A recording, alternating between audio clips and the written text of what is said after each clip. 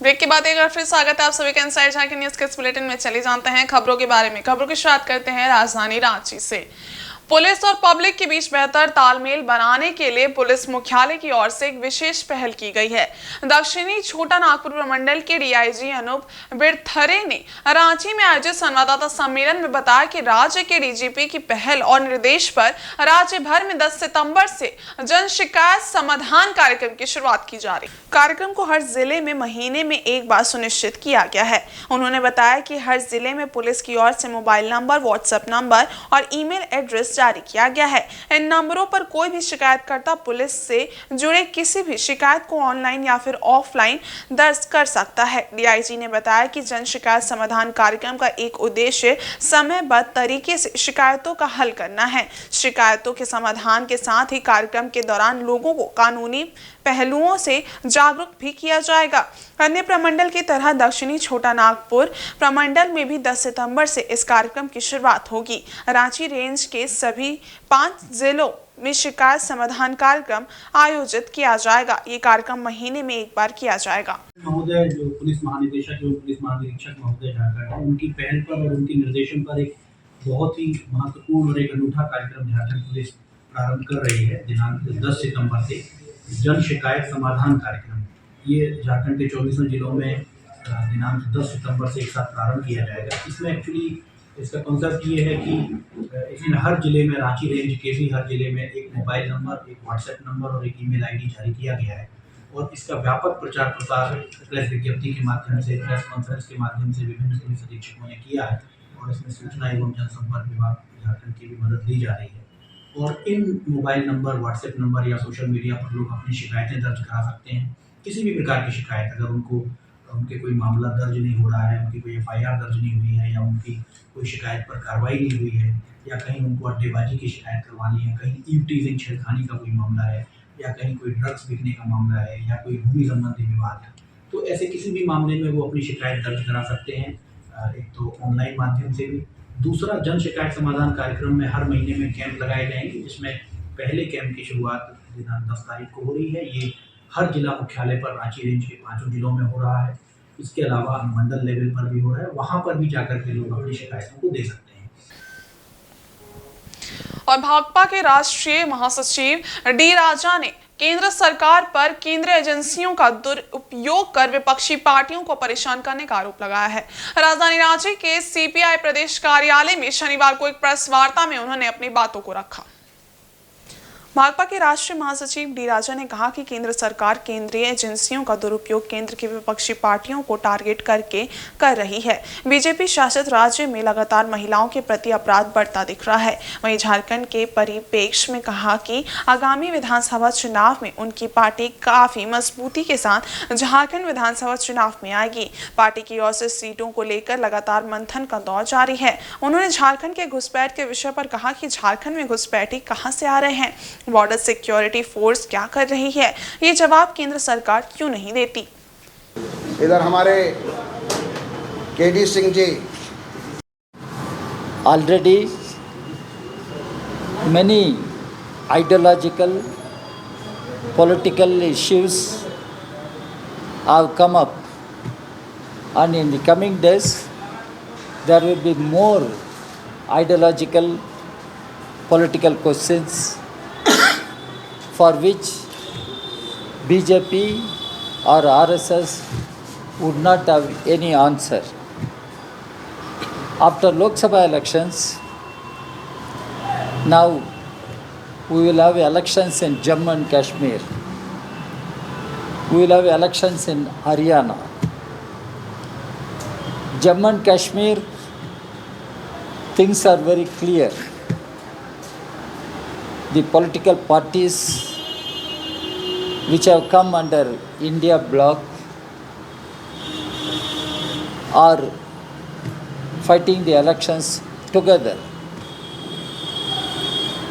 And Jammu and Kashmir has become a very, very important election. Mr. Modi and his government have snatched away the statehood of Jammu and Kashmir. इधर जमशेदपुर में चोरों का आतंक चरम पर है। ताजा मामला ओलीडी ओपी क्षेत्र के मानकोट इमना बस्ती स्थित मंगल कॉलोनी का है। यहां शुक्रवार देर रात चोरों ने नंद किशोर शर्मा के वर्कशॉप का ताला तोड़कर काम करने वाले औजार के साथ लाखों रुपए का लोहार लेकर फरार हो गए। नंद किशोर शर्मा ने मामले की जानकारी पुलिस और भाजपा नेता विकास सिंह को दी। सूचना मिलने पर वर्कशॉप पहुंचे भाजपा नेता विकास सिंह को नंद किशोर शर्मा ने बताया कि शुक्रवार को पड़ोस का एक युवक उनकी बाइक की चाबी मांगने आया था और पूरे मकान की रेकी भी करके गया था। उसने शायद पीछे का दरवाजा में लगी कुंडी को भीतर से खोल दिया था और रात को ताला तोड़कर सामान लेकर फरार हो गया। भाजपा नेता विकास सिंह ने तुरंत ही पुलिस से बात की और जल्द से जल्द कार्रवाई की मांग की। उन्होंने कहा कि आबादी बढ़ गई है, लेकिन पुलिस की गश्ती दल की संख्या में बढ़ोतरी नहीं हुई है, जिसका लाभ अपराधी उठा रहे हैं। अपराध थमने का नाम नहीं ले रहा है। उठा लिया, लगा दिया, फिर अंदर शटर लगा के फिर इसको अंदर से एक समझ कर दिया। मैंने इत्मीनान से चोरी किया। मामला यही है कि हम लोग तो कल दोपहर में बंद करके चल गए थे, लेकिन वो लड़का आया था चाबी का बहाना। अब उस समय आया, चाबी हम लोग दे भी दिए। जब देर किया तो मेरा लड़का उसका घर गया तो उसका अपनी चाबी बोलता है कि तुम लोग उसको चाबी काहे दिया। वो लड़का ठीक है नहीं। उसके बाद थोड़ा देर के बाद मैं आया, चाबी दिया। चाबी देने के बाद तुरंत मेरा बाथरूम वाला रूम में गया, फिर शटर वाला रूम में गया और हमको बोलता चाचा प्लास्टर काहे नहीं करा रहे, इतना बोल के फिर वो चल। अभी हम डिमना बस्ती के मंगल कॉलोनी में आए हैं नंद किशोर शर्मा जी के मिनी फैक्ट्री में। कल बीती रात चोरों ने इनके फैक्ट्री में ताला तोड़ के गेट का और उसके बाद शटर का ताला तोड़ के लगभग लाख रुपए का सामान लेके फरार हो गए। इन्होंने आज मामले की जानकारी ओलीडी थाना में दिया है, मुझे भी सूचना दिया, मैं भी आया हूँ। इन्होंने बताया कि मोहल्ले का एक लड़का कल फैक्ट्री में चाबी मांगने के बहाना से आया था और जब दूसरे रूम में गया तो मौका पाकर कुंडी बाहर से खोल दिया, अंदर से कुंडी खोल दिया जो कुंडी लगा रहता था। और रात के समय संभवतः वो लड़का होगा कि उनके साथी होंगे, ताला तोड़ के घुस के लगभग लाख रुपए का सामान ले गया। आप नंद किशोर शर्मा जी से पूछे क्या मामला है। इधर ईचागा के पूर्व विधायक अरविंद सिंह उर्फ मलखान सिंह ने शनिवार को बागबेड़ा के श्री श्री बोलबाम दुर्गा पूजा कमेटी के पूजा पंडाल का भूमि पूजन किया। इस अवसर पर भाजपा एसटी मोर्चा के प्रदेश प्रवक्ता सह सांसद प्रतिनिधि उपेंद्र नाथ सरदार, पूर्व जिला पार्षद किशोर यादव समेत अन्य उपस्थित थे। बता दें कि यहाँ पर दुर्गा पूजा का आयोजन वर्ष 1985 से ही किया जा रहा है और प्रत्येक साल काल्पनिक और मॉडल पूजा पंडाल बनाया जाता है। इस बार भी आकर्षक पंडाल बनाया जाएगा। भूमि पूजन समारोह में कार्यकारी अध्यक्ष उप मुखिया मुकेश सिंह, पूर्व उप मुखिया कुमोद यादव, पूर्व वार्ड सदस्य प्रकाश सिंह समेत बड़ी संख्या में लोग मौजूद थे। बता दें कि श्री श्री बोलबम दुर्गा पूजा कमेटी में अध्यक्ष ज्योति प्रकाश सिंह, सचिव मुन्ना गुप्ता और लाइसेंसी आरपी श्रीवास्तव हैं। पूजा के आयोजन में स्थानीय युवाओं का अहम योगदान रहता है। ओम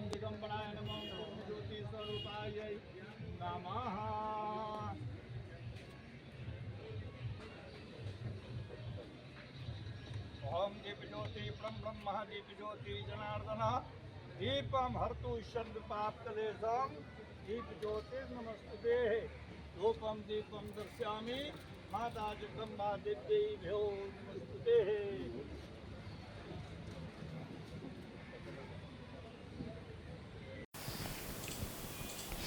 वहीं चक्रधरपुर शहर के पोटका स्थित क्रिस राजा चर्च में विधायक निधि से हाई मास्क लाइट लगाया गया है। इसका उद्घाटन झामुमो युवा नेता सनी उरांव ने स्विच ऑन कर किया। इससे पहले चर्च के पल्ली पुरोहित फादर पॉलुस बोद्रा, सन जेवियर इंग्लिश स्कूल के प्राचार्य फादर एस पुथमे राज ने झामुमो युवा नेता का गुलदस्ता भेंट कर स्वागत किया।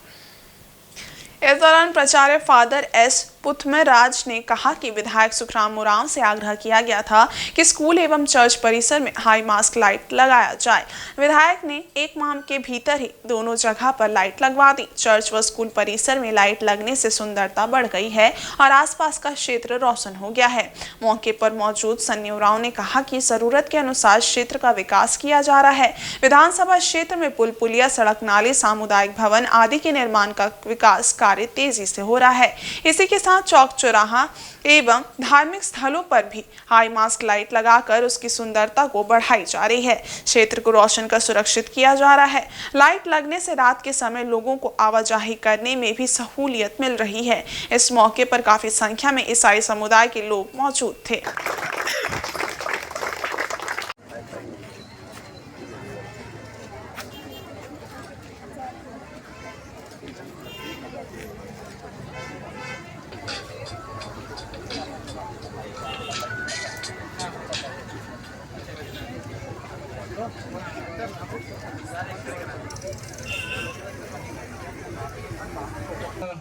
विधानसभा चुनाव जीतने के बाद ही हम लोग का जब से हाई मास्क लाइट इस विधानसभा अंतर्गत लगा है तो हम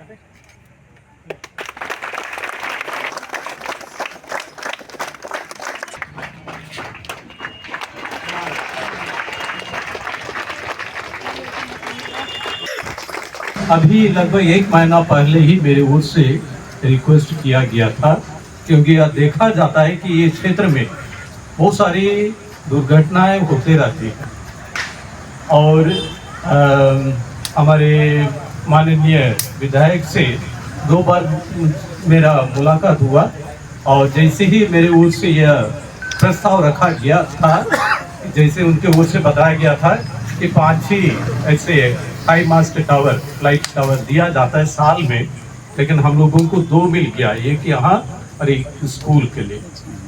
प्रस्ताव रखते ही साथ उनकी ओर से मतलब ये प्रस्ताव को स्वीकृति मिली और 1 ही महीना के अंदर मैं नहीं सोचा था कि इतना जल्दी हमें यह काम उनके ओर से संभव होगा, लेकिन संभव करके दिखा दिए हैं।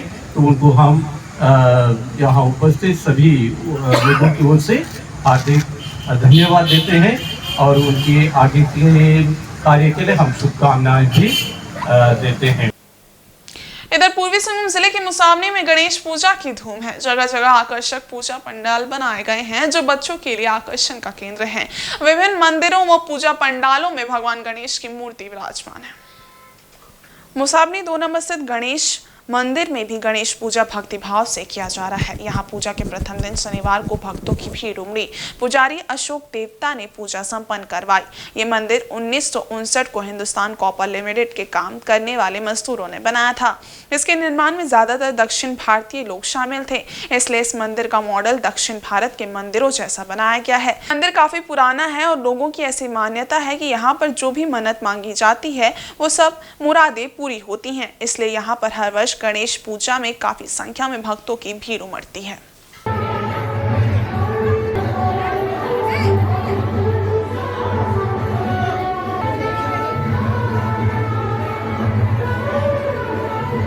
आज गणेश पूजा 2 नंबर में गणेश कमेटी की ओर से धूमधाम से मनाई जा रही है।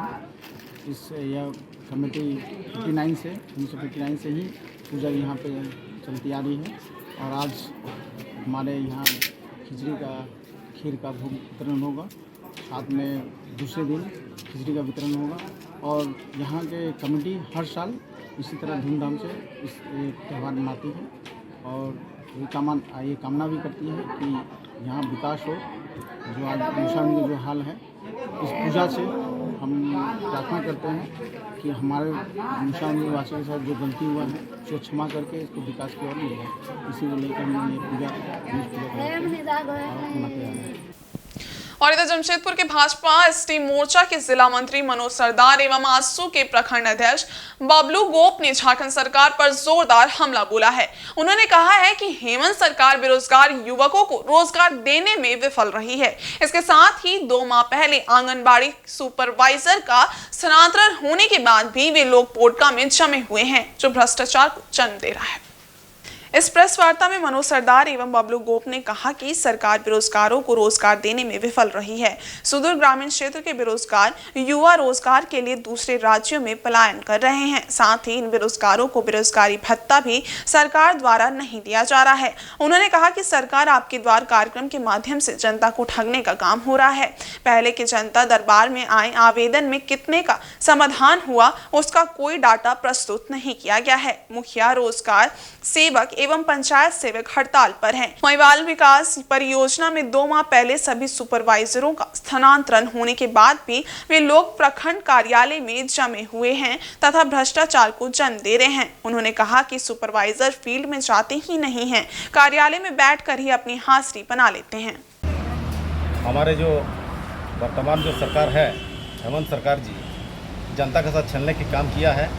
जो इतना दिन जो जनता से जो मतलब वादा किया था, जीतने के बाद रोड रास्ता से लेके सारा चीज़ हम बनाएंगे।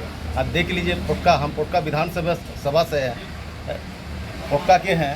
देख लीजिए आज रास्ता की स्थिति जो है, आज इसका जिम्मेवार हमारे वर्तमान जो प्रतिनिधि है, इसका जिम्मेवार ये है।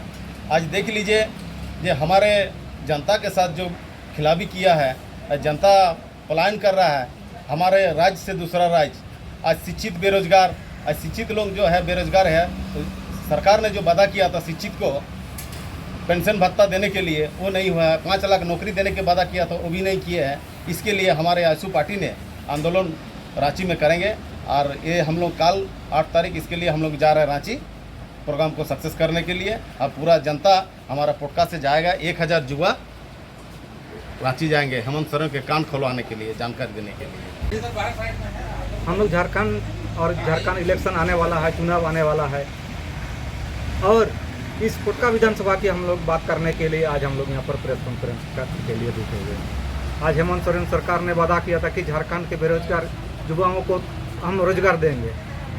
हम लोग आज पोटका विधानसभा का जितना भी बेरोजगार युवा है उस सबको तो नौकरी तो नहीं मिल रहा है। साथ ही यहाँ पर बहुत सारा ऐसे युवा है जो झारखंड विधानसभा छोड़ करके दूसरा राज्य में काम करने जा रहा है, उड़ीसा जा रहा है, अगर महाराष्ट्र जा रहा है, कहीं आंध्र प्रदेश जा रहा है। तो वहाँ जा करके उस बेरोजगार युवाओं को वहाँ पर शोषण हो रहा है। कुछ दिन के बाद वो लोग को पता चल रहा है कि हम लोग यहाँ आकर के फंस गए हैं, पैसा तक नहीं मिल रहा है वो लोग को।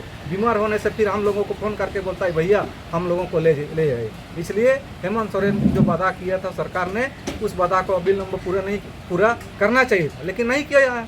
और साथ ही साथ आज पोटका प्रखंड में आंगनबाड़ी का जो काम चल रहा है उसमें यहाँ पर बहुत सारे सुपरवाइजर जो काम कर रहा था वो लोग का ट्रांसफ़र हो गया है दूसरा जगह पोटका से, लेकिन अभी आज तक लोग पोटका में ही डटा हुआ है। वो लोग को ट्रांसफ़र हो जाना चाहिए था, लेकिन यहाँ पर रह करके वो लोग अपना क्या काम कर रहा है, या पैसा ले रहा है या लोगों को कुछ दिशाहीन करके अपना काम कर रहा है, अपना स्वार्थ सिद्धि कर रहा है। और साथ ही साथ वो 6000 आंगनबाड़ी को उस भवन को सुंदरीकरण करने का आया हुआ था, उसका भी कोई अता पता वैकल्पिक हिसाब वो अभी तक नहीं बता रहा है। साथ ही हम और एक ज्वलंत मुद्दा के बारे में भी हम कहना चाह रहे हैं। अभी जो वर्तमान सरकार हेमंत सोरेन सरकार जो सरकार आपके द्वार जो कार्यक्रम पिछले बार भी किया था, इस बार भी कर रहा है। उसी को पहले जो गलती हुआ था अब उससे ज़्यादा गलती अभी दोहरा रहा है। पहले उस समय था कि बहुत सारे फॉर्म को सिर्फ जमा किया है, वो कितना काम हुआ है आपको पता है, या तो वो कितना काम हुआ है वो आंकड़ा जनता को बताए, लोगों को बताए। लेकिन यहाँ अभी वर्तमान में तो मुखिया भी हड़ताल पे है और नरेगा कर्मी भी हड़ताल पे है, और उसके साथ साथ जो पंचायत सचिव है वो भी हड़ताल में है। कि तो कितना काम होगा वहाँ पर, सिर्फ फॉर्म जमा हो रहा है, सिर्फ हाथी के दांत की जैसा वाला बात हो रहा है, दिखावे के लिए ही ये जो काम हो रहा है। जनता को सिर्फ बरगला रहा है अपने वोट बैंक के, लेकिन अभी जनता जाग गया है और आने वाला समय में चुनाव के समय में ये जवाब जरूर जनता देगी। अपनी विभिन्न मांगों को लेकर टेट सफल सहायक अध्यापक संघ ने शनिवार को अपने पूर्व घोषित कार्यक्रम के तहत शिक्षा मंत्री के रांची धुरवा स्थित आवास का घेराव किया। संघ के सदस्य पुराने विधानसभा से जुलूस की शक्ल में शिक्षा मंत्री के आवास पर पहुंचे और धरना दिया। इसके उपरांत एक प्रतिनिधिमंडल ने शिक्षा मंत्री से मिलकर अपनी मांगों से उन्हें अवगत कराया। शिक्षा मंत्री से मुलाकात कर आए प्रतिनिधिमंडल में शामिल प्रदेश अध्यक्ष ने कहा कि शिक्षा मंत्री के साथ उनकी सकारात्मक मुलाकात रही है। उन्हें 1 सप्ताह के बाद पुनः बुलाया गया है। बता दें कि इनकी मांगों में प्रदेश के सभी 12,073 टेट उत्तीर्ण पारा शिक्षकों का सहायक आचार्य के पद पर समायोजित करना तथा 10 वर्ष कार्यानुभव की बाध्यता शिथिल करना सम्मिलित है।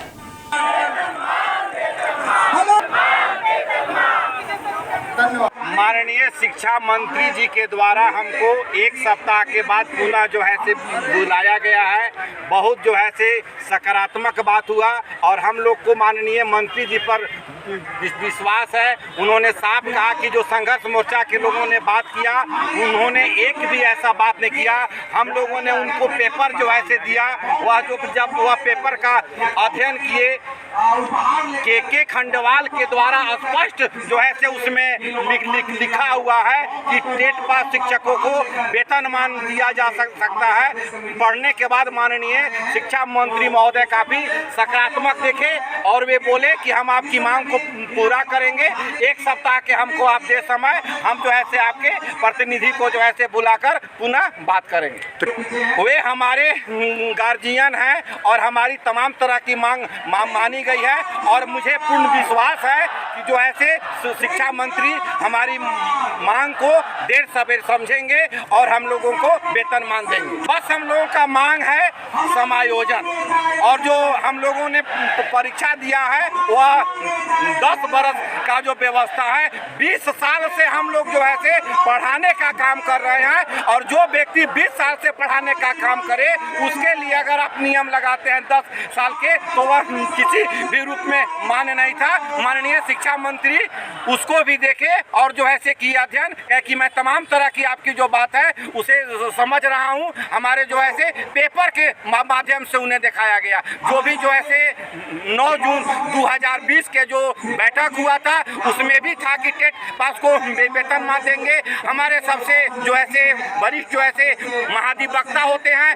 वह भी साफ बोले हैं कि टेट पास शिक्षकों को वेतनमान दिया जा सकता है। इसको तमाम तरह के चीज़ को जब हम लोगों ने शिक्षा मंत्री के पास रखा तो शिक्षा मंत्री ने देखा और कहा कि मैं आपके प्रतिनिधि को एक सप्ताह के बाद बात बुला के आपसे बात करूंगा और जो भी आपका मुद्दा है मैं उसका समाधान करूंगा। और आज के इस बुलेटिन में बस इतना ही। हम कल फिर हाजिर होंगे कुछ और नई खबरों के साथ। तब तक के लिए देखते रहिए इनसाइड झारखंड न्यूज। धन्यवाद।